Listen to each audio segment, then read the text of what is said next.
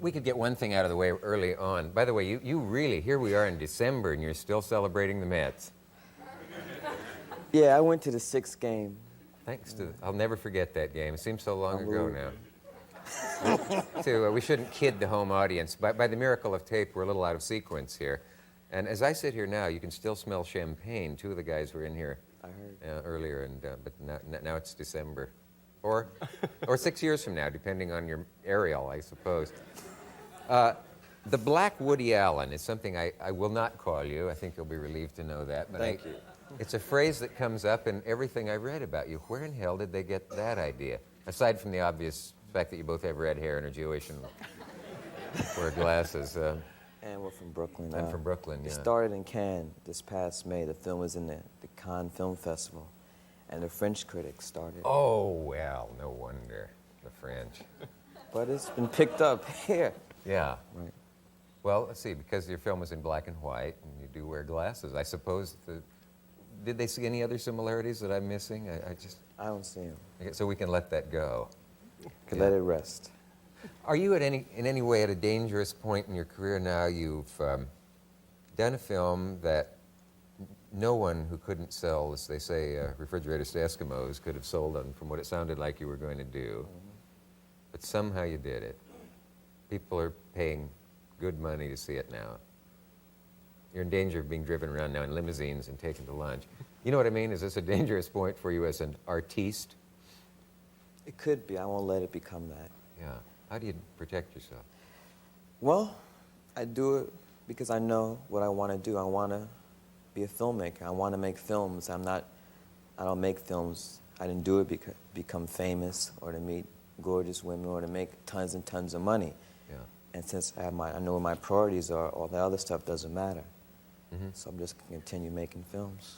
Are people surprised to find you to be serious? Do you know what I mean by that? 'Cause exactly. You're hilarious in the movie, and when you say, please, baby, please, baby, baby, baby, please. People have never met me. They expect me to be Mars Blackman, and they're like really disappointed. Incidentally, the rhythm of that is from some deep da da deep da da deep da da dee dee dee dee dum, right? I don't know. That really is improvisation. That was. Was it? Yeah. Right. It is a funny film, and it grows on you. At first, I didn't know quite what to make of it because I saw it without any knowledge, which is the best way to see a movie. What is it that annoys you and others I've spoken to about what's the name of that film, Soul Man? Oh. Am I getting into a can of worms or peas? I really want to know. Okay, for people who don't know about Soul Man, the premise is that you have this rich kid whose father's a millionaire and refuses to pay his way through Harvard Law School. And there's a black scholarship. So the only way he can get into Harvard Law School is to take a pill that's a suntan pill and put on an Afro wig, and he gets admitted as a black student. Passes himself off as a minority. And it looks phony. There's no way in the world to see how Thomas looks black. And to me, it's really an attack on affirmative action. And when I was out in L.A. promoting the film, I said that Ray Don Chung's card from the Sisterhood should be revoked.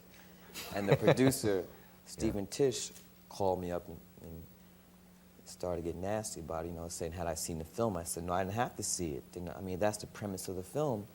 And to me, I don't see why Ray did. I was really surprised that James Earl Jones was a part of that. That was really surprised. But you haven't seen it? I'm not going to see it either. Wasn't that like the people who condemn Tom Sawyer for no, not not having really, read it? because I've seen clips of the film, and if the whole premise is that he's passing as black, and it's so phony, that means all the black people in the movie are idiots to think that this guy, they could believe that he's black. Yeah. Maybe they cast idiot black people. I'm trying to be nice to. I do see the problem. Now, are you saying that nobody could make a film in which a black man? What I really want to know is, are you bothered by the premise, or is it that it's executed badly? I think it's a combination of both. They're trying to pass off as is attack on racism. I really don't see it like that, and Well, it's not funny to me. a black man did pass as black. I mean, a white man in real life in Black Like Me, in that film. Apparently Yeah, worked. what I don't year know was this, though? I mean, I well, think it's time to this was move 15 on, you years know? ago. Yeah. Forward, progress. I'm interested in this. Could no white actor play black? Whoopi Goldberg claims she could play white convincingly. Yeah, I believe it. And I think... Is this delicate territory I'm in? I mean... Let's talk about She's Gotta Have It, Dick. To do what? Let's talk about She's Gotta Have It. You really made the movie not exactly on a shoestring, but close. What does a shoestring cost these days? You did it for what? $175,000. Yeah. Which I suppose sounds like a lot of money until you see what a lot of It's things. a lot of money unless you're talking about doing a film in that type of budget. Yeah. Did you have enough to finish, obviously, on that kind of money? We never had all that money at one time. It came in nickels and dimes, and it wasn't until I signed a deal with Island Pictures, I got my first check for the advance, I was able to pay off all of the bills and debts that we amassed over the production of the film. There are good compliments and bad ones. What do you like to hear people say when they come out of the film? I guess what I'm indirectly asking you is this film supposed to mean something or be just an entertainment? I try to get a combination of both, try to have some kind of depth in it, and plus, if I can put some humor in it. No matter what type of genre of film I'm going to do, I'm always going to have some humor in it. I don't think that She's Gotta Have It as an out-and-out comedy, but there are funny moments in it. So I think it's a combination of the both. But I think that people like the film. I've seen the film with audiences all across the country, and it really hasn't varied from place to place, you know, where people laugh. They're all laughing at the same spots. I read somewhere that you got mail from women who liked some things and not others. And one of the things they didn't like, correct me if I'm wrong, was that the central character at very early on, the lady, has Lola Darling. a lesbian lady whose last name is Gilstrap? Gilstrap. Gilstrap. Opal Gilstrap. Yeah. I figured that name must be an anagram for something. Not really. I mean, what Strip happened is that... gal. No, but Strip what happened is gal. that a lot of the women were disappointed that Nola didn't make love with... Yeah, that's the interesting. Why were they disappointed that she didn't succumb to the lesbian advances of the other character? How would it have been better if she had? That's what their point was. I think it would have been too much, 3 men and a woman in this film. And the people I've told them, I said, you know, that's your movie, but it wasn't this one. I guess maybe the reason go make their own film. Maybe the reason this whole question obsesses me is I always get annoyed when people say there have to be role models. I mean, no good art ever comes out of anybody setting out to make role models, or roles, yes, but role models, no. Now, these same people who have been bad-mouthing Color Purple, some of them black and others not, could easily say about your film, well, you're showing black women as women who just go to bed with men and think of nothing else. Does that kind of thing mean anything to you? Or can you just It have to put means all that out of something your mind? because as an artist, you're walking a tightrope. Yeah. I mean, I've said a couple things about The Color Purple that could be turned right back on me with this film, but I think that if you're honest and you know what you want to do, you just have to do it, and if people don't like it, I mean, what can you say? You move on. You said, I don't want to be stuck a few years from now as a guest star on The Love Boat, or what was that quote? I was talking about how quick, you know, people could come and go. Yeah. I said I intend to be making films for a lot, you know, further down the line. I don't want to be on, a guest host on The Love Boat or Hollywood Squares next year. That would be the trap that you fall into. Right.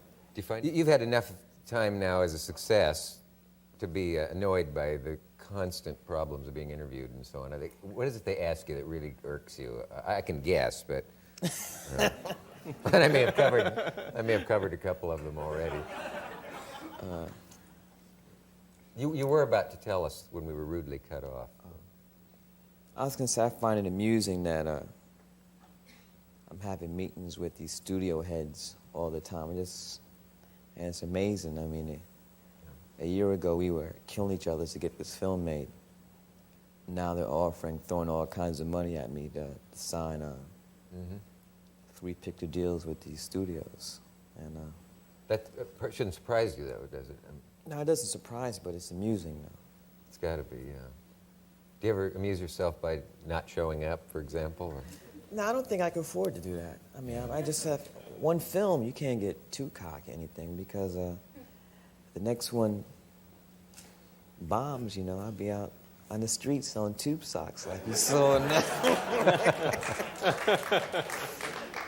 I'm out of tube socks. I was kind of hoping you might have brought some along. Now, how did your film, among what must be a lot of films from unknown directors, unknown black directors and all kinds, to get to the point where it got seen at all? The odds against it are overwhelming. Well, we killed ourselves to make the film, and then the world premiere of the film was at the San Francisco Film Festival this past March 28th, and we invited all the distributors that could handle this type of film. Not the big Hollywood studios, but they have middle-sized distributors. Mm-hmm. And we showed the film, and that's when the bidding war started. Island Pictures picked it up. We opened here in New York. They call it a bidding war? Well, that's what happened. Uh-huh. It opened August 28th here in New York, and there's a period in August where all the Hollywood films have opened, and there's a slot that if you have a good film, you could catch fire, and that's what happened. Yeah. Does it seem unreal in any way? Did you expect to hit with this one? We expected it. I expected it. But I thought that it would have taken a little longer than it did, but we shot right out of the gate.